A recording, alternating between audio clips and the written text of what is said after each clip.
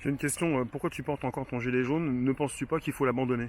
Il y a des personnes qui pensent que le gilet jaune, t'es comme une cible avec ton gilet jaune. Il y a des gilets jaunes qui ne le portent plus. Mais je comprends. Hmm. Samedi, pour faire une parenthèse, je ne serais pas là en train de jouer aux cartes, je serais dans la rue.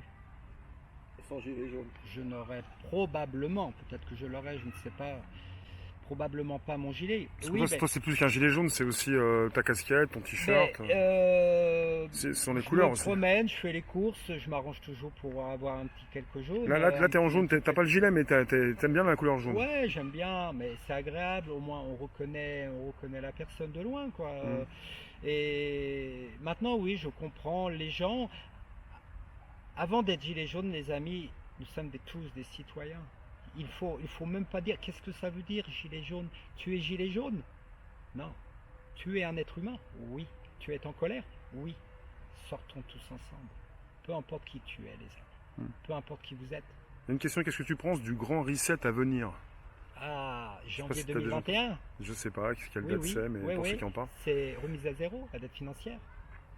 Dès janvier, pas février, il y en a qui parlent de février, mars. Oui, peut-être, enfin, 2021. Puis, il y en a qui parlent du crack qui a déjà eu lieu, et d'autres qui vont dire, qui précisent que Alors, c'est pas encore la date, hein, c'est pour la 2021. les amis, ne confondons pas Ouais. un crack financier, Ouais. un crack boursier Oui, oui. et un crack financier. Oui. Attention, hein. Un crack boursier, c'est une offre et la demande. Hmm. Les mecs dans la panique vont vendre des actions, l'offre et la demande, ça s'écroule. Hmm. Hein. Nous avons vu certaines actions s'effondrer alors que tout va bien, quoi. Même s'ils crament de la trésor, il n'y a pas de plan de licenciement, il n'y a pas tout ça, il n'y a aucun souci. Une crise financière, ça n'a rien à voir, c'est la réalité. Un marché financier, c'est superficiel, quoi. Oui. C'est une information, ça y est, ça change de directeur, ça machin, l'autre il est viré, l'autre il a fait une magouille, l'action perd 20 ou plus, ou prend 20%. Marché boursier. On met de côté, les amis. C'est la crise financière. Je vous ai montré des courbes. La dette est irremboursable, les amis. Donc, la remise à zéro, le reset 2021, qu'est-ce que ça veut dire? Il faut envoyer un recommandé, il faut envoyer des explications à Bruno Le Maire. Est-ce que tu peux nous répondre en direct si tu nous suis? Mais ou alors tu m'envoies un petit mail, ou alors tu me croises le Ça matin, peut prendre du temps, je sais pas si ça va être très précis. Des fois, il faut peut-être résumer pour tout le monde. J'ai lu qui dit le crack boursier pour l'heure terminé. Pourquoi pas pour le boursier en tout cas, mais pour là, la chute, on peut penser à une chute radicale économique, quoi. Alors, crack boursier, on ne peut pas affirmer qu'un crack boursier est terminé. Ouais. Non. Contrairement à la seconde vague du Covid, que je Ouais. ne crois pas du tout, ça n'engage que moi, Ouais. je crains éventuellement une seconde vague d'un crack éventuellement. Quand vous voyez les moyennes mobiles, là, c'est du terme financier, hein, les moyennes mobiles, 30 semaines, donc hebdo, tout se casse la gueule toujours, hein, sur un moyen long terme. Le marché financier est en pente, en chute libre, hein. Ouais. C'est trop tôt pour parler justement que le crack boursier est fini. C'est trop tôt. À court terme, oui. À long terme, on ne sait pas. Si demain, il y a des effets d'annonce, s'il y a des grosses sociétés qui vont être en difficulté financière, parce que apporter des prêts, après il faut les rembourser, hein. C'est l'État qui se porte cautionnaire, mais l'État ne donne pas. L'État se porte cautionnaire. Donc prenons du recul sur le Cautionnaire comme en 2007-2008 où le président Sarkozy avait dit il y avait une assurance sur votre argent en banque qui couvrait pas forcément la totalité de la somme. Exactement. Si jamais il y avait eu vraiment une grosse catastrophe dans ces années-là, il y a beaucoup de personnes qui auraient perdu leur argent, une grande partie de leur Le argent. problème, c'est quand les banques privées vont dire stop. Personnellement, nous sommes actuellement avec des taux directeurs proches de zéro. Donc, malgré ça, on est à 42 milliards d'intérêts par an. Ouais. Quand les taux directeurs vont augmenter, hein, je pense que là, les pays vont être en défaut de paiement. On peut préciser ce que c'est que le taux directeur? Un taux directeur, S'il te plaît. c'est basé, si tu veux, c'est un taux que l'État emprunte. Oui. Voilà, principalement, la BCE prête un taux, voilà, et par l'intermédiaire des banques privées. Enfin voilà, vous faites une recherche, hein, là comme ça, je pourrais vous citer à l'occasion une définition beaucoup plus précise, mais c'est une base, ça s'appelle un taux directeur, qui est fixé par la BCE. Et là, actuellement, ces taux directeurs sont très faibles. Lorsque ces derniers vont augmenter, mais on va être en défaut de paiement. Les intérêts vont passer de 42 à 50, 60, 70, 80 milliards. C'est pas compliqué. Attends, on me demande si tu connais la théorie de cycle court de Juglar et des cycles longs de Kondratiev. Non, de non, non. Ça, c'est précis, ça. Ouais, non, je ne connais pas. Peut-être pas jusque-là, mais... Et... Merci, Guillaume. Non. Et donc voilà, mais tôt ou tard, c'est comme votre découvert bancaire, c'est votre emprunt à titre personnel. L'État, les arbres ne montent jamais jusqu'au ciel. C'est la même chose pour cette dette publique. On ne va pas parler de la dette privée, 3 fois les taux directeurs quand même, les taux directeurs, pardon, le PIB, 3 fois, on est à plus de 7 000 milliards de dettes privées. 7 000 milliards, là on est à 2500 milliards.